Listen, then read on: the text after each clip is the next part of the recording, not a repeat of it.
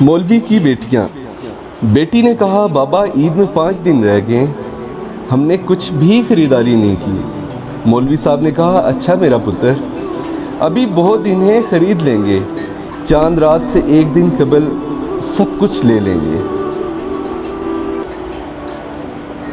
मौलवी साहब ये बात कर रहे थे कि अजान की आवाज़ सुनाई दी। मौलवी साहब जो आंखें बेटी को झूठी तसल्ली देने पर शर्मिंदगी से झुकाए हुए थे, उनको मौका मिल गया और मस्जिद की तरफ चल दिए।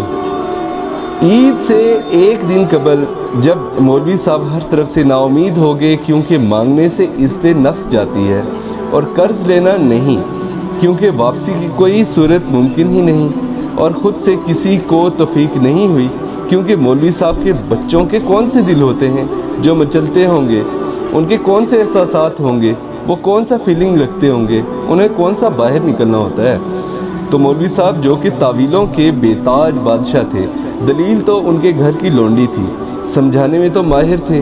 जब कोई इंतज़ाम ना हुआ तो सोचा, आज जितनी मंतिक और इस्तकरा क़ियास पढ़ा है, सबको बुरोकार लाकर बेटी को कायल करूँगा कि बेटा बड़ी ईद पर कोई कपड़े नहीं पहनता, ये तो कुर्बानी की ईद है। लेकिन धड़का था कि बेटी भी तो मौलवी की है, ये कह दिया कि कुर्बानी भी तो आप नहीं कर रहे। खैर सारा इल्म मुस्तहज़र करके घर गया तो बेटियां हाथों में पर्चियां लेकर मुंतज़र थीं कि बाबा जान ने आज का वादा किया है तो हमें मतलूबा चीज़ें ला देंगे। जैसे मौलवी साहब खंगोरा मारते दाखिल हुए तो मौलवन समझ गई कि बेटियों के दिल टूटने वाले हैं, तो वो जल्दी से गई, प्याज ले आई और प्याज काटने के बहाने आंसू बहाने लग गई, क्योंकि माँ तो माँ होती है, उसके आंसू औलाद के लिए तो पलकों की मंडेर पर ही बसेरा करते हैं।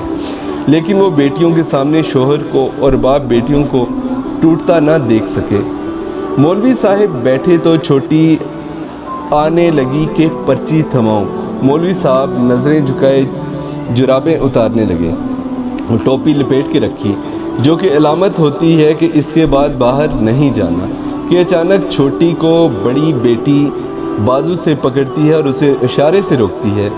इसके हाथ से पर्ची लेकर अपनी पर्ची पर रख कर चुपके से चटाई के नीचे छुपाती है।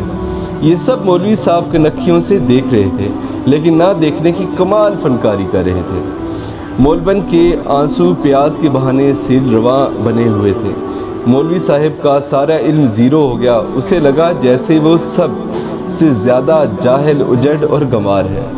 इससे पहले कि मौलवी साहब कुछ कहते तो बेटी बोली, बाबा जान कल हमने नए कपड़े नहीं लेने, क्योंकि बड़ी ईद तो कुर्बानी की ईद है, और कल आपने चाचू के 2 बेड़े बछड़े भी तो ज़िबा करने हैं, तो हमने वहाँ आपको बेड़े जाते हुए देखना है, तो सारा दिन तो कुर्बानी में लग जाएगा, हम कपड़े किस वक्त पहनेंगे। छोटी ईद के पड़े हुए हैं कपड़े, वही पहन लेंगे। वो सारे दलाइल जैसे कॉपी पेस्ट किए हुए थे। इस वक्त दुनिया की सबसे ज़्यादा आलिम, फाजिल और समझदार बेटी ही लगी। बेटी की बात सुनकर मौलवी साहब ने नज़रें उठाईं, एक नज़र बेटी के चेहरे पर डाली, कुछ देर को गर्दन फ़ख्र से तन गई। अपनी पग का शिमला ऊंचा, बहुत ऊंचा महसूस हुआ, लेकिन अगले लम्हे ही बच्चियों की मासूमाना ख्वाहिशात का यूँ खुदकुशी करना उसको तोड़ गई। उसे अपना आप बेतहाशा नाकाम बाप, जो ईद पर भी ज़रूरत की ख्वाहिश पूरी ना कर सका, और उससे ये बर्दाश्त ना हुआ। जल्दी से कमरे में जाकर सोने का कहकर बिस्तर में घुस गए और वहाँ होंठ सी लिए, मुंह को भींचा और आँखों से कहा, तुम आज़ाद हो, बरस लो, वरना गम के अंदर के सुनामी से ही मर जाओगे। सुबह उठकर मौलवी साहब नमाज के लिए चले गए। वापस आए तो छोटी बेटी ने 10, 20, 50 के चंद नोट पकड़े हुए थे। बोली, बाबा ये पैसे हैं, आप ऐसा करें भाई को कपड़े ले दें, उसने कल आपके साथ मस्जिद जाना है और वो छोटा है, गली में खेलेगा तो सब क्या कहेंगे। ये एक और धमाका था, लेकिन बहन का प्यार भाई के लिए क्या होता है सब समझ गया। हमारे माशरे में अक्सर मौलवी हज़रात की ज़िंदगी इसी तरह की कश्मकश की शिकार है।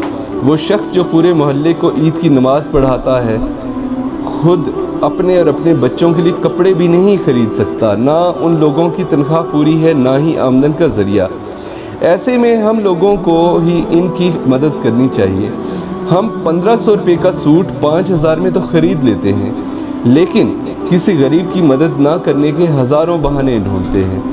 بڑے پلازے میں جا کر 2 کوڑی کی چیز ہزاروں روپے میں چپ چاپ خرید لیتے ہیں، لیکن اگر کوئی غریب 150 مانگ لے تو فلاسر بن کر اسے لیکچر دیتے ہیں۔ ایک دوسرے کی مدد سے ہی زندگی کا اصل مقصد حاصل کیا جا سکتا ہے۔ اپنی دعا میں یاد رکھیے گا، اور جو تحریر یہاں پہ آپ کے سامنے ویڈیو کی شکل میں آئی ہے، اس کو احساسات کی زبان ضرور دیجیے گا۔ بہت شکریہ۔ کلیم الوی کو اجازت دیجیے۔ اللہ حافظ۔ Hey channel friends, thanks for watching. Drop a like, leave a comment and don't forget to subscribe. It's Vital Vision TV.